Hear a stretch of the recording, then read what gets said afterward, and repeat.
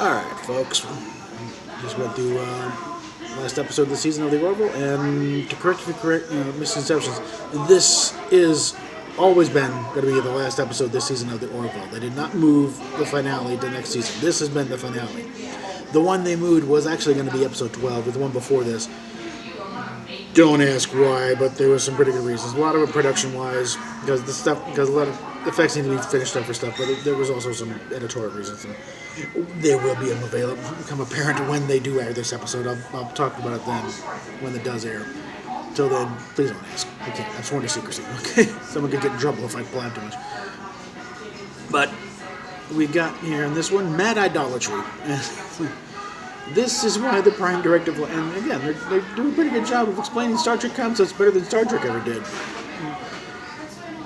And we got,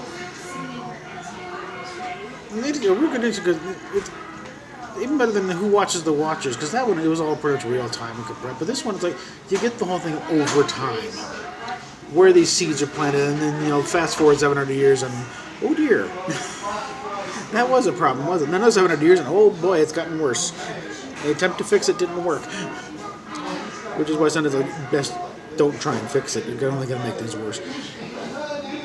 Especially when they got an hour to go in there and try and correct 700 years of misconception. It doesn't work. But I also like the very end of it where they come in and it's like, you didn't cause this. Okay, if it wasn't you, it would have been some other name slapped to a deity where they would have killed in the name of. So don't blame yourself. And we also, on top of, again, the Who Watches the Watchers on steroids, and also find out just how long Isaac can last.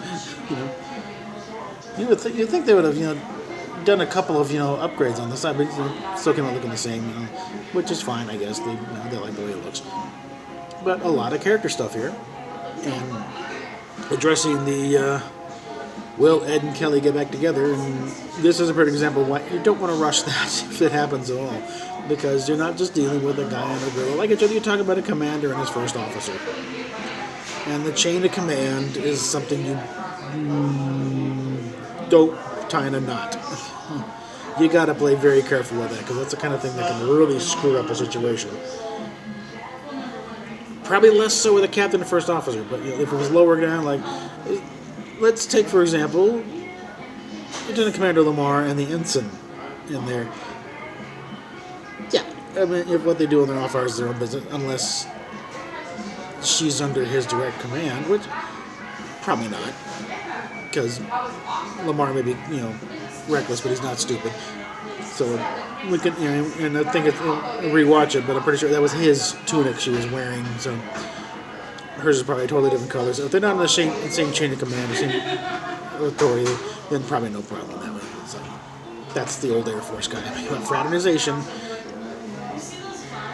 Mainly dealing with, thinking about a certain lieutenant. I remember at a squadron, and the airman said, well, I'm not in her command, so it could work. But no. You got to be careful with this sort of thing. But yeah, this is, again, one of those things where it's like, yeah, we can do Star Trek and do it better than Star Trek is doing. And they have resounded it. And again, go back and look at the first episode, the pilot. Maybe not the greatest thing ever, but a hell of a lot better than the critics gave it credit for. And they've only gotten better since then. And they have left that first season in pretty darn good shape, getting ready for next year. Hopefully, it's not going to be another 13. It'll be a little longer run. Maybe not grinding into the dirt with 20 episodes, but yeah, it's a little more than 13 here. Okay? We can do that. Especially now that everything's already up and established, and then they can hit the ground running. And now we got to wait until next month before the grind that is Discovery begins again. And we're back into that thing. And again, this is a good time to look back. And as others have been pointing out, the contrast between what we're presented with the Discovery and Orville. And it's a lot of things that most programmers, have known since they started doing shows back in the 40s and 50s. It's like, is your audience going to want to come back next week and hang out with these people? You want to invite these people in your home week after week? With Orville, yeah. every one of those characters it's interesting, you want to hang out with and learn more about. You know, Boris and Clayton, you might be taking your life in your own hands. You know, if that's their idea of a party game. It's like, nah. But everyone on there that would be fun to hang out with and talk to and have a beer with. Even Isaac. Even Isaac could provide some entertainment and Friday. Who on Discovery would you want to spend any amount of time with, except maybe Tilly? Everyone on the show is I watched the term because some kids just walked by, but nobody on that show is frankly anybody you want to spend some time with. Maybe Admiral Cornwall, that's about it. But even then, she's been through a ringer or two now. And frankly, in everything just the brighter lighting is not just like you see, it helps the mood. It is a more positive thing. And I used to kind of give a short shrift to think, well, Star Trek being such a positive. It does make a difference. The attitude and this is a good place. These are good people. It's a fun place to be. You want to hang out. You want to be a part of this universe. I'll tell you what. I will be sporting an Orville uniform long before I ever get caught dead in a Discovery uniform at a con. And it's as over on Supertastic Fun Time. Egotastic Fun Time. I gotta get that right. I've been trying to. Egotastic Fun Time. Say that. Egotastic Fun Time. Give them all your money. Yeah. All right. This actually is a little better than old Star Trek because these people are still regular folks that aren't perfect. That do like to occasionally just get off of work, have a beer, pass out. They're not all about doing a good job. Screw this. I'm going home for a while. It's like, yeah, it's great that I got a job. I'm on a great ship, but sometimes you just want to stay in your quarters and play video games. Not every day is a bowl of cherries. Sometimes like, oh God, another anomaly. Jeez, it's gonna get dull after a while. Break it up. As opposed to a run Discovery, and then we'll probably do another one on that one at some point about the disconnect again. Because if you put up a picture of the bridge of the Enterprise in the cage and a picture of the bridge of the Discovery, it's like, these are not the same universe. Not even close, and not just because not just the design and the costumes and the set design. It's also just the mood. These are not from the same universe. Not even. Don't even try and sell that anymore, okay? They may wind up there eventually through some rather strange and convoluted means, which, but we still got to think. It all comes. I keep saying it over and over and over again, but it bears repeating. We have gone from there is an intelligent life form on the outside of the tube to these people are idiots and we're smarter than this, so we're going to teach them how the Star Trek universe should be. They're going to find out the hard way. There was nothing wrong with the Star Trek universe in the first place. Certainly nothing that you guys have brought into it.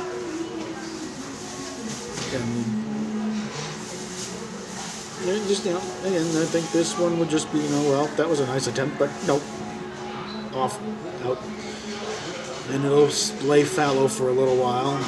Probably not as long as after the original series canceled because times go. They'll probably just a year or two. Someone will come back around and then. Maybe even Seth MacFarlane, you never know. Depending on how tight because with Orville. But I think there's enough, like Manny Coda or a few other people could probably say, look, we know how to do this. Give us a crack and we'll fix this problem you guys started with Discovery. Even if fixing the mess means completely ignoring it and saying, nope, that didn't happen. That was a parallel universe. Ignore them. And even if they, say, well, we want a prequel to plug into Kirk's, well, fine, we'll give you a proper prequel. We'll give you a proper prequel. One that actually fits. Someone can do it. Either someone we know or someone we haven't heard of, but someone's gonna, they're gonna try it again because it's a part of pop culture history, and CBS knows there's billions of dollars waiting to be made off this thing, if you can do it right. And it's a matter of finding someone who can do it right. And these guys, they're not doing it right. Just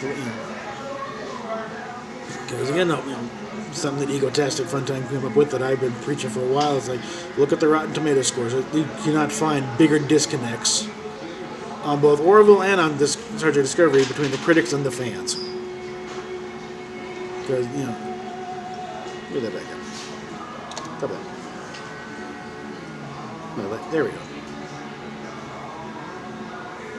Because the critics on Orville 20%, audience is over 91%. And over on Discovery, 82%, that's great. And then the fans like 59%.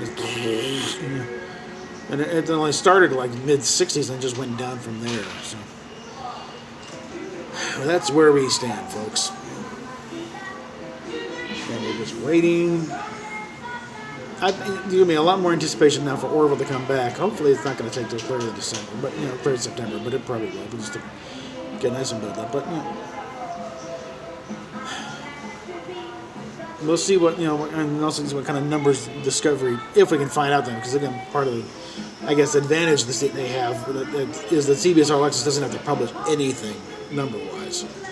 They can just go little platitudes. Oh, it's setting records. Well, when it's a brand new service with nobody there in the first place, it's easy to set a record. When the previous number was nothing to begin with, twice nothing, still nothing, but it's still a record. It's twice than it was. Who cares? Okay, I want to see some hard numbers here, And I think the best they're going to do is they can figure out how many people are pirating it, like yours truly here, because I'm not going to pay for this thing. They can, possibly, figure out how many downloads it, but that doesn't necessarily mean, that it's, these people love this show. Look how they're watching it. I love those people like me. They're watching it for the sake of, holding the lantern up, looking for an honest man in this whole thing, and just saying, here's proof the Emperor is buck naked. And the sooner you recognize it, the better we'll all be for it. And I'm still not convinced that there's going to be a second season of this thing, because if Netflix, decides forget it, we have your numbers, you ain't doing it. If that falls apart, then don't be surprised if they do reverse course and say, nope, that's it. I mean, at this point, I think it's likely they'll do a second season just to get something out of their system and figure the storyline out. But if the funding falls apart, it's like nothing's going to save it. Got to remember, Farscape was doing much better. It was doing pretty good in the ratings wise. They've been the big cliff. They was building the great things. Everyone's looking forward to. All it took was one of the financing partners not understanding how the game is played. And when on the American side and the Australian side, basically called the bluff of the German side, and the Germans, they don't play poker much, so they said, nope, that's it, we're out. Well, wait a minute, no. And it fell into chaos, and then mad scrambling in order to get Peacekeeper Wars, at least to wrap things up. So when the money's involved, all bets are off, guys.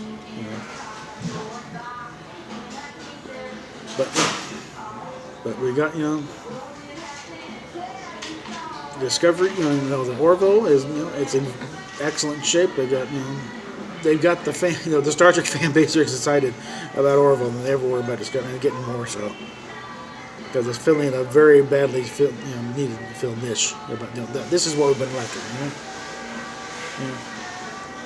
These are the kind of actors we want to see week after week and hang out with. One little test I want to try and run is next big convention. Somebody do a little count. How many Orville uniforms you see versus how many Discovery uniforms you see? And I'm not just talking not the quality, just because somebody's gonna there's gonna be some bad Discovery uniforms out there just because they're so damn hard to make. Little itty bitty deltas all along. Who the hell came up with that idea? An Orville uniform, by comparison, is a piece of cake to duplicate that, okay? I mean, you can go into the details of it, but for the most part, I can imagine you can probably fashion a pretty passable version of an Orville uniform. Let's see, someone do a head count, say, next shore leave. How many Orville uniforms you see versus how many Discovery uniforms you see? And then I'm filtering how many other incarnations of original series, Next Gen, DS9, Voyager, and Enterprise uniforms, and check the representation of a Discovery at Orville, and it links to all that. And while we're at there, Babylon 5 with that, all the fun ones. Because I'm going to do a Babylon 5 good for one of these days. But that's down the road a ways. And a personal update, we are still trying to figure out how to get the van working again. I think we pretty much ruled out the engine being seized up because the conditions weren't right. And talked to the kid's sister who has seized an engine. It's like, no, there's usually a little bit of a brief warning when you're seizing an engine up. Usually a lot of screeching metal and some violent motions into the hood. This was just... It was idling fine. It's got oil. We need an oil change, but it has oil. And then just all I do is rev it one more time, and it's like someone just pulled the plug. And then tried to start again. It would not start. It wouldn't turn over. Something is keeping the engine from turning. Yeah. But again, I think if something broke in there, it would still. So something is just keeping that started because the starter works fine. It's engaging, but it's not turning. So apparently, and everything. Even talking to Nissan about it, one of these sensors is just not letting it turn the motor over. The two leading candidates I got is the throttle position sensor or the crankshaft position sensor. Something where it's like the systems on there have to know where everything is in position to whatever before we'll let anything happen. The throttle position sensor I'm pretty sure is easy to get to. I don't know where the crankshaft position sensor is. And I know the throttle position sensor is about $40-some. The crankshaft position sensor, I think it's like 20-something. So I think next batch of money we come into, and we still got to replace the radiator. That's an obvious thing. I think it'd be nice to get the thing running first, and then worry about getting the radiator so we can actually run further than a few blocks. But also, it might be just to cut down to the question. Your radiator screwed up. Yes, I know the radiator screwed up. We do with that one. I think it might be good to just replace the radiator rather than take that out of the way. So cut that with that bit of question. But then. At this point, unless somebody throws about $1,000 at us, we can get it in the garage and get it done. Then Virginia by Christmas is doubtful. Eventually, we'll get to Virginia, sooner or later. It's a matter of how much of this Colorado winter we got to suffer through in the meantime. So, which brings me to Patreon, PayPal down below. The more the merrier, guys. And some of you guys have been great. Definitely kept us alive the past few weeks, but we need. Let me give you some definite goals here. In mind here, I've got about $110 for a new radiator. That much I know. And like I said, about new throttle position sensors, about $43. I think the crankshaft position sensor is like $20-some. Assuming those are the problems,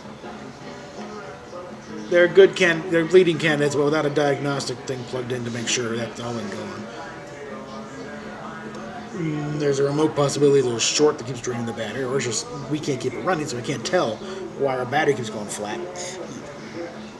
It could be something with the door's not closing right and it's draining from the alarm system. But we need to get it running first, and then we can fine tune it from there. But yeah, that's where we sit. Still sitting behind the McDonald's over here. They've been very nice about letting us stay there. Found out that we thought it was Kmart's parking lot and they were just ignoring us. No, it's actually that part is actually McDonald's parking lot. So we can't complain too much about them being run off occasionally because they are letting us stay back there. And actually, despite all the harsh words, they are being very lenient on when they actually run us out. And we've also been choosing our moments better too. We've got friendly managers here that don't care how long we're here. And we are buying stuff. I've had more nuggets here than I did when I worked for McDonald's. And I had a lot of nuggets when I worked for McDonald's. But there we are. And I have got the review for the 3 vignettes of Star Trek Continues, scripted up. I'm just gonna get that recorded out, and that one will be a little fun. I want to do some editing, put in some clips from the vignettes, and maybe put an opening and closing that too. So that's going to be a little production on that one. So not so much this. I don't know if I'll have an on-camera appearance, or it'll just be narration of the thing, but that's in the works. It will be up soon. And again, we'll talk at you later, guys. Again, PayPal, Patreon. In the words of Egotastic Fun Time, send me our money. We love money. It'll be funny. Yeah, catch you later.